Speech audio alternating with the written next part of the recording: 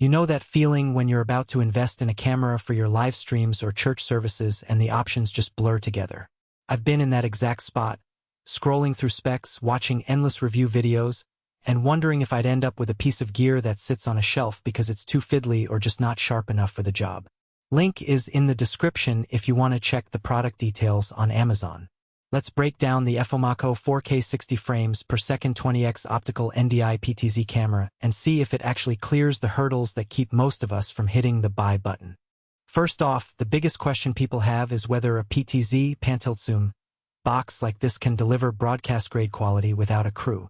The FoMaKo packs a 1/1.8 in ch 8.42 MP CMOS sensor that promises true 4K at 60 frames per second, and it backs that up with a 20 optical zoom plus 16 digital.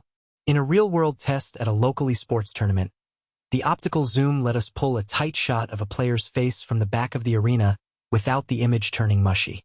The digital zoom, while not a substitute for glass, gave enough leeway to crop in on a presenter's hands during a church sermon when the camera was mounted high on a ceiling rig. If you've ever struggled to get a clear close-up without moving a bulky camcorder, that range feels surprisingly generous. Low-light performance is another deal-breaker. The spec sheet lists 0.5 lux sensitivity with 3D noise reduction and high signal-to-noise ratio. In practice, that translates to usable footage in dimly lit basements or the early evening glow of a small venue. I set it up for a gaming stream after dark, with only the RGB backlights and a couple of desk lamps on. The image stayed clean, colors stayed vivid, and the auto gain didn't introduce the jittery flicker you sometimes see with cheaper sensors. It won't replace a dedicated cinema light kit, but for a room that's just okay enough, it's a solid step up from 1080p webcams. The AI auto-tracking and intelligent auto-zoom are the features that get the most hype, and they're worth a closer look. The camera uses its built-in processor to lock onto a moving subject, say a presenter walking across a stage, and it smoothly pans, tilts, and zooms to keep them in frame.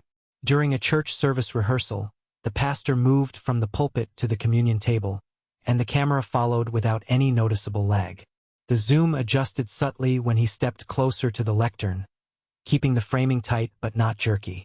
For someone who doesn't want to hire a camera operator, that automation can be a lifesaver, though it's not perfect. The tracker occasionally latches onto a bright costume or a moving microphone stand, so you'll still need to keep the background relatively uncluttered. Ease of use is where a lot of PTZ units stumble, but FoMaKo tries to keep the learning curve shallow. The front panel houses a 5.5-inch HDMI screen that shows a live preview, zoom level, and a simple menu hierarchy. You don't have to dive into a deep overlay of settings. The most common adjustments, focus mode, exposure, and tracking toggle, are just a tap away. I spent about 10 minutes turning the camera on, connecting it to a laptop via the NDI PTZ controller, and having a live feed appear in OBS. There's no need to flash firmware or juggle a separate app for basic operation, which is a breath of fresh air for anyone whose primary job isn't camera tech. Autofocus confidence is a mixed bag. The sensor is decent enough that continuous AF tracks a speaker's head with reasonable accuracy, but in low-contrast scenes, like a presenter in a dark suit against a similarly toned backdrop, it can hunt a bit before locking. The good news is you can switch to manual focus from the on-screen menu, which locks the lens in place and eliminates hunting altogether. For a static setup like a fixed altar camera, once you nail the focus, you can forget about it. For dynamic environments with lots of movement, you might want to keep an eye on that focus indicator and be ready to nudge the controller if it slips. Battery confidence isn't a concern here because the camera runs on external power. That means you don't have to worry about the 30-minute runtime anxiety that haunts many handheld cams. The downside is you're tethered to a power source, so you'll need a proper mounting solution with cable management. If you're planning to move the unit between rooms frequently, the extra weight of the power brick might be a minor inconvenience compared to a battery-operated PTZ. Stabilization isn't a feature you'd expect from a stationary PTZ, and it's not really needed. The motorized pan tilt is smooth enough for live production, but if you mount the camera on a moving platform like a dolly, you'll notice a bit of wobble. Most users will keep it fixed on a ceiling or tripod, so this isn't a deal breaker, just something to keep in mind if you were hoping for